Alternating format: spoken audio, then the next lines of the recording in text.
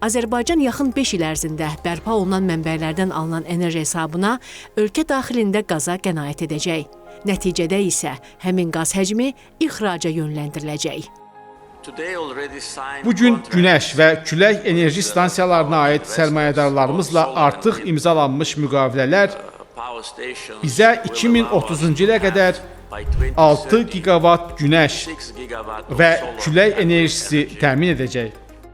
Azərbaycanın yaşıl enerji istehsalına ən böyük töhfəni isə Xəzər dənizi verəcək. Yəni dənizdə külək layihələri intensiv şəkildə dövrəyə girməlidir. Qeyd olunan həcmlərin istehsalına öz töhfələrini verməlidir. 6,5 gigavat həcmində alternativ enerji istehsalı təxminən nə qədər qaza qənaət etməyə imkan verəcək? Söhbət burada bir neçə milyard kubmetr qazdan gedə bilər. Yəni buradakı balaca rəqəmlər deyil, kifayət qədər böyük rəqəmlərdir.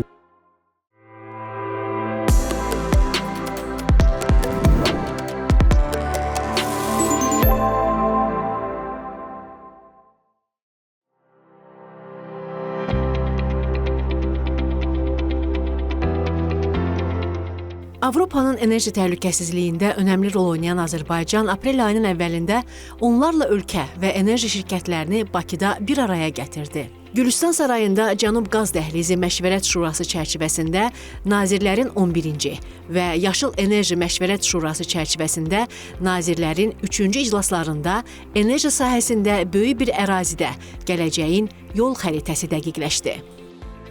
Bu mötəbər tədbirdə Yaşıl Enerji Məşvərət Şurasının 3-cü toplantısının reallaşması da təsadüfi deyildi.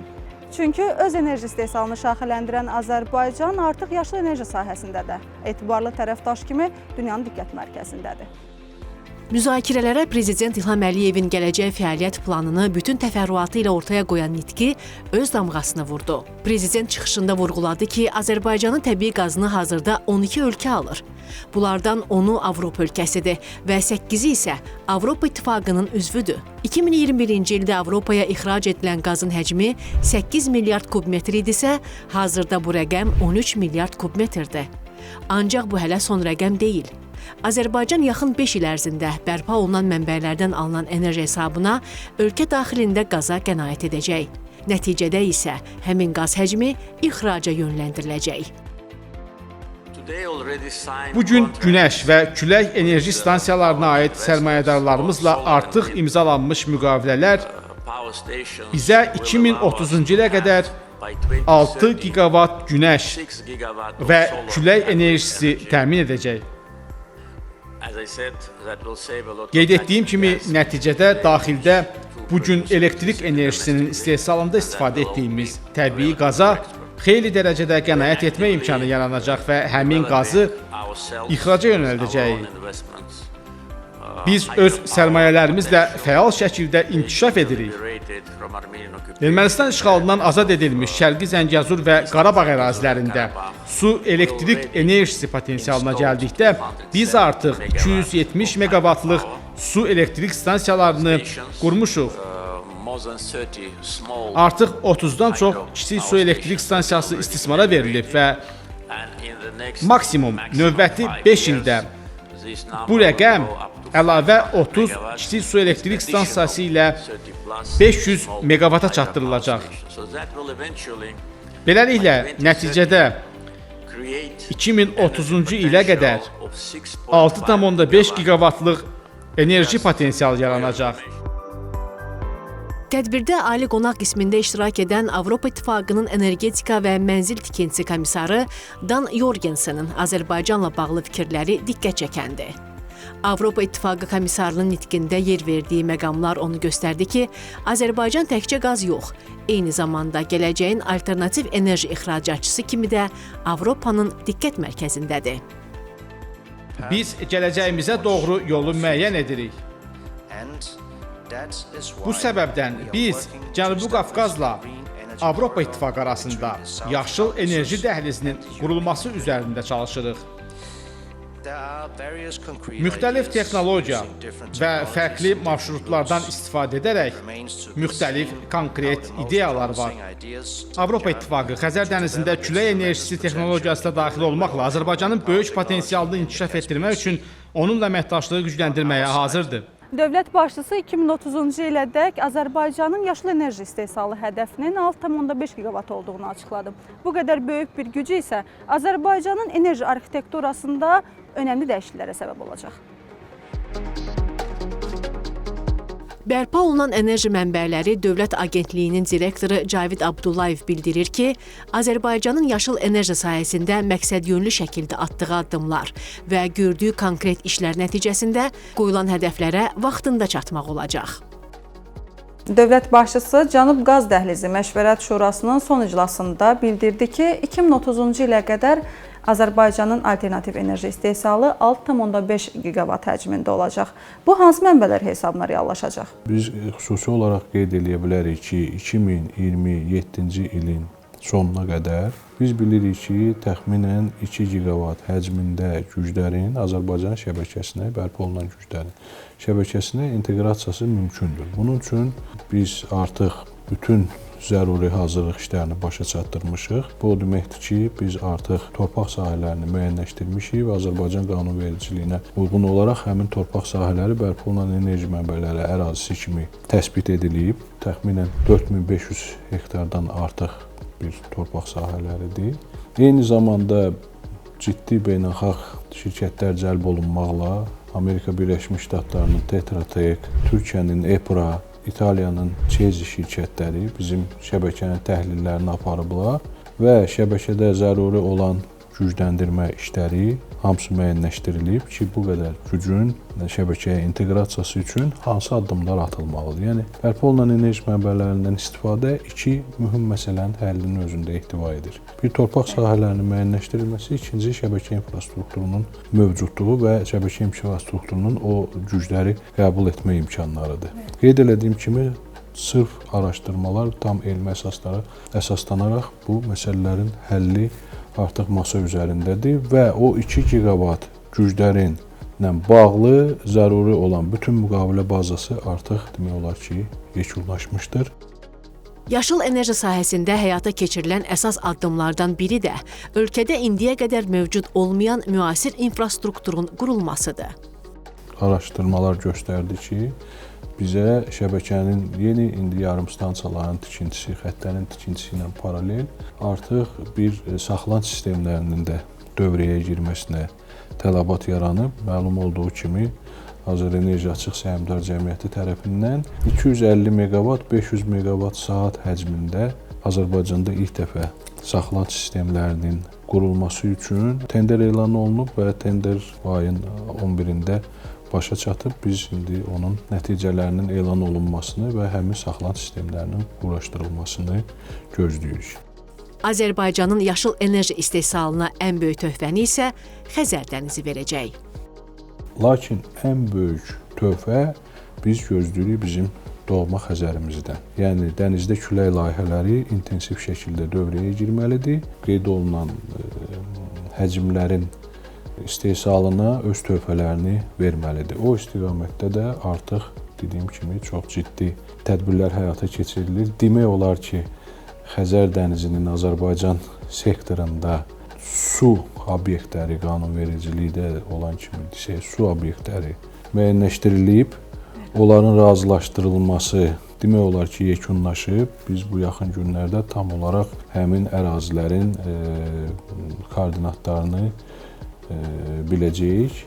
Eyni zamanda intensiv şəkildə geniş coğrafiyadan olan şirkətlərlə bu istiqamətdə danışıqlar başlanıb və mən xüsusi olaraq qeyd etmək istəyirəm ki, bizim dənizdə külək potensialımız bilirsiniz ki, Dünya Bankının təhlilləri əsasında 157 giqavata qədər qiymətləndirilib. Onların dayaz-sulu hissədə olan potensialı 35 giqavat qiymətləndirilib və həqiqətən də investorların bura olan marağı bu potensialın kifayət qədər böyük olmasına dəlalət edən bir məsələdir. 2030-cu ildə 6,5 giqavat yaşıl enerji istehsalına sahib olacaq Azərbaycan, bunun sayəsində qaz ixracını böyük həcmdə artırmaq imkanı qazanacaq.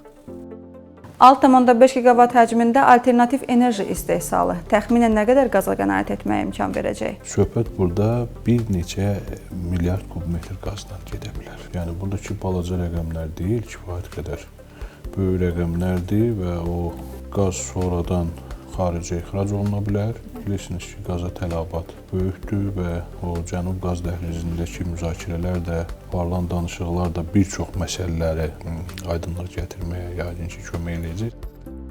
Xəzərdən Qara dənizə uzanan yaşıl enerji koridorunun reallaşması üçün tərəflər, yəni Azərbaycan, Gürcüstan, Macarıstan və Rumıniya önəmli bir mərhələni artıq geridə qoyublar. Cavit müəllim, son olaraq Azərbaycan, Türkiyə, Bolqarıstan və Gürcüstan arasında yaşıl enerjinin ötürülməsi və ticarəti üzrə ikinci nazirlərin görüşü keçirilib. Həmin görüşdə nələr müzakirə edildi və yeniliklər nədən ibarət idi? İnterkonnektorların sayı artdıqca investorlara təklif oluna biləcək ixrac marşrutlarının həcmi və istiqamətləri, onların son nəticədə həmin Azərbaycanın yaşıl enerjisini istehlak eləyəcək, biz ona off-takerlər deyirik, onların tapılmasına geniş imkanlar yaratmış olacaq. Və ona görə də bu yeni interkonnektorun artıq onunla bağlı bilirsiniz ki, sənəddə imzalandı, 4 tərəfli. Onun formalaşması Azərbaycanın yaşıl enerji ixracına xüsusi dəstək verən hadisə kimi dəyərləndirilməlidir və son nəticədə qeyd elədiyiniz bir qədər yuxarıda o böyük həcmlərin bu interkonnektorlarla vasitəsilə Avropaya nəqlində xüsusi rolu və yeri və dəstəyi olacaq bir layihə kimi nəzərdən keçirilə bilər. Xəzər dənizi, Qara dəniz, Avropa interkonnektorunun ilkin təhlillərini yekunlaşdırmaq üzrədir. Eyni zamanda Cənub qaz dəhlizində Asiya İnkişaf Bankı və Asiya İnfrastruktur İnvestisiya Bankının müqavilə bağlandı bu üç ölkə arasında ki, onlar həmin o digər interkonnektorun maliyyələşməsi ilə bağlı zəruri vəsaitləri təqdim edəcəklər və məsləhətçi şirkətin seçimi üçün artıq bu günlərdə belə deyək, texniki tapşırığın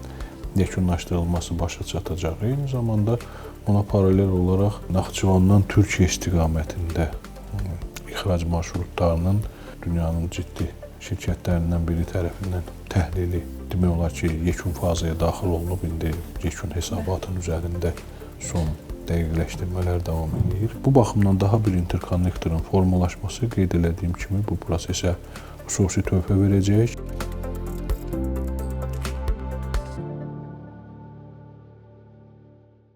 Yaşıl enerji ötürücüsü olacaq kabel xətti Avropa və Asiyanı birləşdirən müasir infrastruktur layihəsi olacaq. Azərbaycan bu kabel xətti ilə həm öz yaşıl enerjisini ixrac edəcək, həm də Asiyadan Avropaya enerji ötürmək istəyən ölkələr üçün tranzit rolunu oynayacaq. Bu isə o deməkdir ki, yeni kabel xətti şərqlə qərbi təkcə enerji ilə yox, həm də siyasi, iqtisadi əlaqələrlə də biri-birinə sıx bağlayacaq. Energetika mütəxəssisləri düşünür ki, yeni enerji ixracat marşrutunu Azərbaycan yaxın gələcəkdə daha fəal şəkildə istifadə edəcək.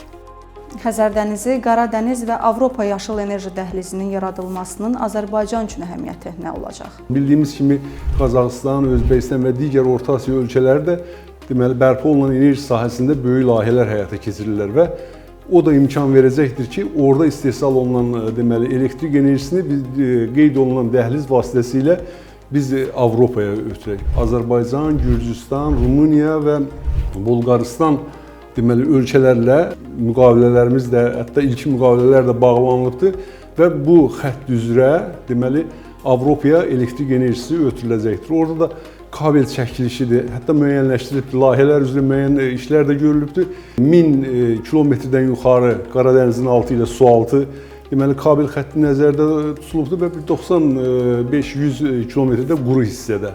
Və dediyimiz xətt üzrə də istehsal olunan enerji Avropaya ixrac olunacaqdır. Hazırda ölkəni enerji ilə tam təmin edən Azərbaycan artıq qalan elektrik enerjisini ixraca yönəldir. Ancaq yaxın 5 ildə bu rəqəm dəfələrlə arta bilər. 2030-cu ilədək 6,5 giqavat alternativ enerji istehsalı Azərbaycanın daxili enerji balansına və ixrac imkanlarına necə təsir göstərəcək? Hazırda respublikamız üzrə orta hesabla 29 milyard kilovat saat elektrik enerjisi istehsal olunur və onun 3 milyard kilovat saatı xaricə ixrac olunur. 6,5 gigavat enerji də bura daxil olandan sonra bizim enerji potensialımız, enerji istehsalı potensialımız biraz da artacaq və istər-istəməz xaricə ixrac potensialımız əsasən artacaq. Hazırda bağlanılan müqavilələr, nəzərdə tutulan, həyata keçirilməsi nəzərdə tutulan müqavilələr o qədər çoxdur ki, ola bilər ki, biraz da deməli çox olsun. Bu bir növü o 1994-cü ildəki əsrin müqaviləsinə oxşayır. Birinci müqavilələr bağlanandan sonra və xarici investorların axını başladı neft sektoruna. İndi hazırda da bu xoş bir haldır ki, bərpa olunan enerji sahəsinə bu deməli axın baş verir. Bakıdakı son müzakirələrə 27 ölkə, 7 beynəlxalq maliyyə institutu və 42 enerji şirkətinin qatılması bu platformanın gücünün real göstəricisidir. Bu isə o deməkdir ki, Azərbaycanın həm ənənəvi, həm də yaşıl enerji sahəsindəki fəaliyyəti qlobal xarakter daşıyır.